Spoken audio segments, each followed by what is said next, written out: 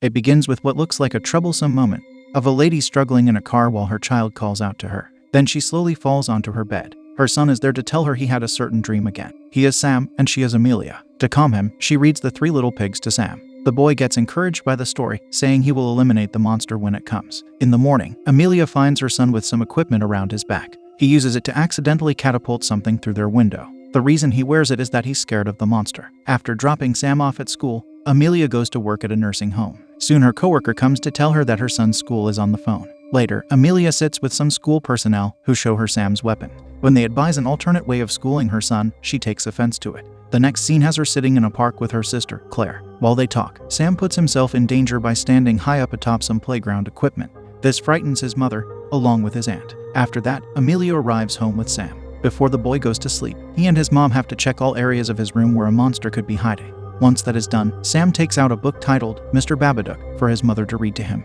It is a moving picture book about a monster. She reads it to a certain extent, which makes her consider that it might not be a good idea to continue with it. The book seems to highlight her son's exact fear. Sam, however, wants to keep going. Upon reaching the end, the boy discovers how sinister it truly is. Shortly after, Amelia reads him another story as he cries in fear. A while later, she looks at the book by herself. Strangely, it contains several blank pages at the end. So her son doesn't have to worry about it again. She hides it on top of a shelf. After some time, Amelia goes to bed. That is when Sam wakes up. He comes to his mom to tell her Babadook is in his room. This prompts Amelia to have him sleep in her bed with her. The boy shares some chilling information with her. That his closet doors were closed before, but now they are open. In the morning, we see Amelia at the nursing home again. During break time, her friend, Robbie, comes to talk to her. She tells him she is stressed. He offers for her to go home while he covers for her. As she sits in her car, she observes a couple kissing. It seems to affect her more than it should. Amelia then arrives at her sister's place. Claire criticizes her by asking where Amelia was. She called her at work, yet she wasn't there. Even worse is that Sam scared Claire's daughter by talking about Babadook.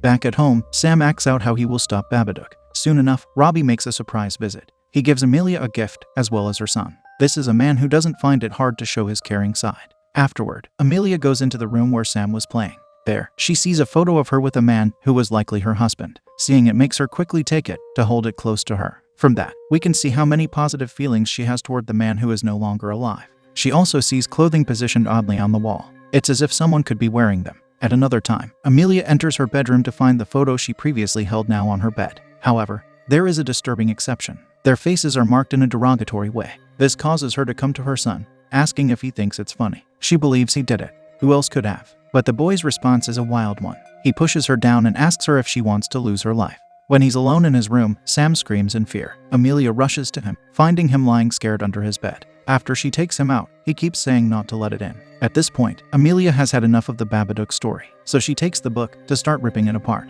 Once that is done, she tosses it in the trash outside. While she lies in bed with her son at night, Amelia hears something. She is now scared as well, covering herself with a blanket. On another day, Amelia is at Claire's daughter's birthday party. It doesn't take long for her to lose her temper with one of the mothers there. The reason it happened is that the lady mentioned Amelia's deceased husband. Shortly after, Claire's daughter, Ruby, talks to Sam, who hides in her treehouse. Sam tells her that Babadook could eat her mother. Then Claire talks with Amelia about her deceased husband, Oscar. It was 7 years ago when he lost his life. Amelia says she's moved on, but it doesn't look like it. Back at the treehouse, Ruby throws a lot of bad talk at Sam. After hearing enough of it, he pushes her out. The girl suffers a nosebleed from that. Claire, of course, gets more than upset with this happening. While Amelia rides back home with her son, he starts acting up until his body contorts. In the next scene, Amelia sits at a doctor's office because of what happened with Sam. She pleads to the doctor that he gives her son some medication. Back at their house, Amelia gives Sam a sedative pill which the doctor gave her. It relaxes her greatly that he is now able to soundly sleep.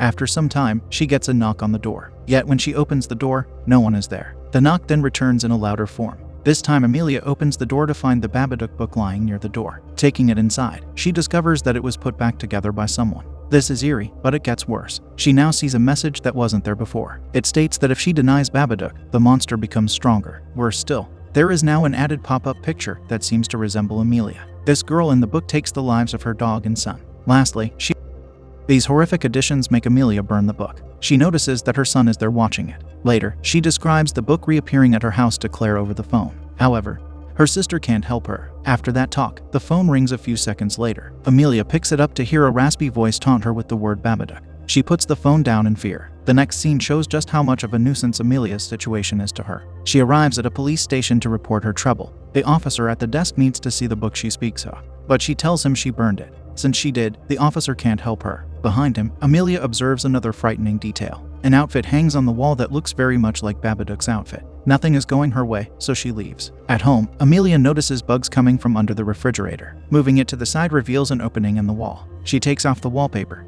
and there is a hole in the wall that many repulsive bugs crawl out of. While Amelia cleans the kitchen, she gets visitors at the door. Two people, Warren and Prue, state they are from the Department of Community Services. Their job is to look at Sam. It does not look good for Amelia when he says he's tired from the pills his mom gave him. She explains what they are for before they go to the kitchen. In there, she starts talking about the hole she just discovered. But upon looking at the wall, she sees it isn't there anymore. Amelia is either losing her mind or Babadook is playing tricks on her. Later, she washes the dishes while looking into her neighbor's house. She sees someone standing there that looks like Babadook. It scares her, though it's no longer there once she looks again. She then sleeps with her son. A loud sound comes from the other room. After that, the door opens. Amelia barely sees something enter the room in the dark. It scares her enough to pull the blanket over herself. A frightful voice says Babadook loudly. Peeking from her blanket, she sees a black substance jump onto the ceiling. It turns into Babadook, which comes at her before vanishing. This vile intrusion on her sanity prompts her to take her son downstairs, where they watch TV. It's quite unreasonable that she didn't leave the house yet.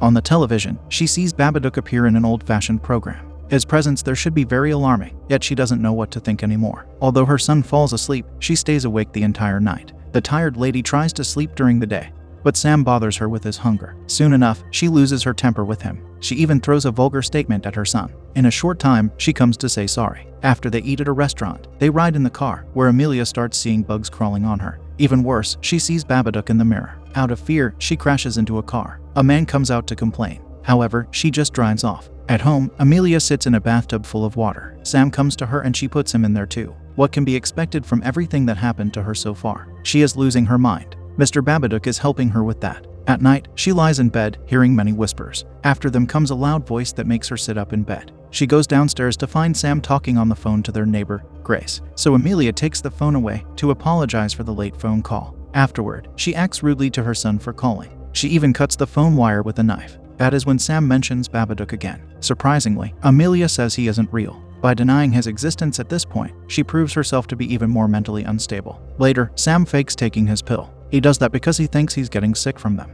As Amelia watches the TV alone, she sees the horrifying sight of her son lying lifelessly near her. However, she soon sees the real him. Shortly after, she watches the news. It shows a crime that took place. The bizarre thing is that she sees a lady at a window that looks like her. After seeing that, she sees Sam standing near her. He seems to sleepwalk into another room. Following him there, Amelia sees her past husband, Oscar. She says she thought he was gone. The man responds they will be together. All she needs to do is bring Sam to him. Due to those words, she backs away slowly. Then his voice changes, and he says it again. This forces Amelia to run out of the room. But her situation is not bettered, for she sees Babadook in the dark. So she hides in another room, barricading herself with a chair. Safety is not on her side, though. After Babadook's hat falls down the chimney, it scares the lady to the point of crawling on the floor. The evil descends upon her, making her pupils grow. The next scene has her watching television while twitching. Their dog comes to bark at her, sensing something is wrong. The dog's barks annoy her, so she chases after it to grab it. Her next move is to do away with it, for it to bark no more. Now we come to understand that she is no longer herself.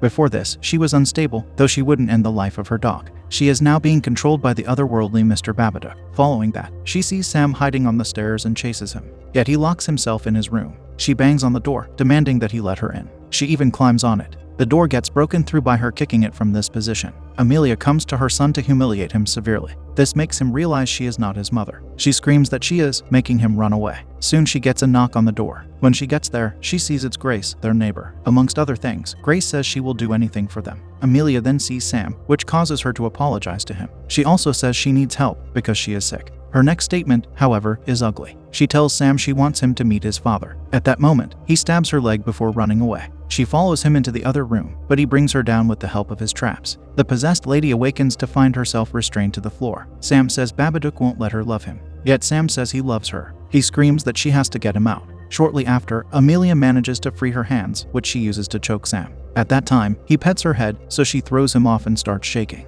She vomits blood afterward. It seems like the monster left her. When they leave the room, Sam gets taken by an invisible force up the stairs. His mother comes to him in his room, where she sees him getting slammed against the wall twice. While they stay on the bed, Amelia screams, asking what the monster wants from them. This gives rise to a fake Oscar coming out from the darkness. He tells her they will arrive in 10 minutes. This is an allusion to the moment when his life was taken during a car accident. After he says this, the fake Oscar falls from a fatal injury. Amelia experiences great pain, being forced to relive it. Then she says the monster is nothing. The room starts shaking because of her words. As Babadook starts coming out of the shadow in a big menacing form, Amelia continues to scream at it. She stands her ground firmly. And due to that, the monster goes away, only to return as an outfit that slumps to the floor. She comes to touch it, causing an instant light to shine on her face. We don't see what it is, but she screams in fear. Right after that, the entity retreats into the room under the stairs. On another day, we see that it's Sam's birthday. Oddly, Warren is there, along with Prue. They seem like a rather inappropriate pair to have at a birthday party. On top of that, they are the only ones there, having an awkward time with their stay. The next scene has Amelia and Sam in their garden, where Sam collects many worms in a bowl for an unknown reason. Amelia enters the room under the stairs with it. She places the bowl as a kind of offering to Babadook. It comes out to scare her. Once it takes the bowl into the darkness with it, Amelia returns to Sam. He shows her a magic trick of making a bird appear. The final moment has her hugging him, while looking exhausted. They have contained the monster, though due to the regular offerings they must provide, it has contained them too.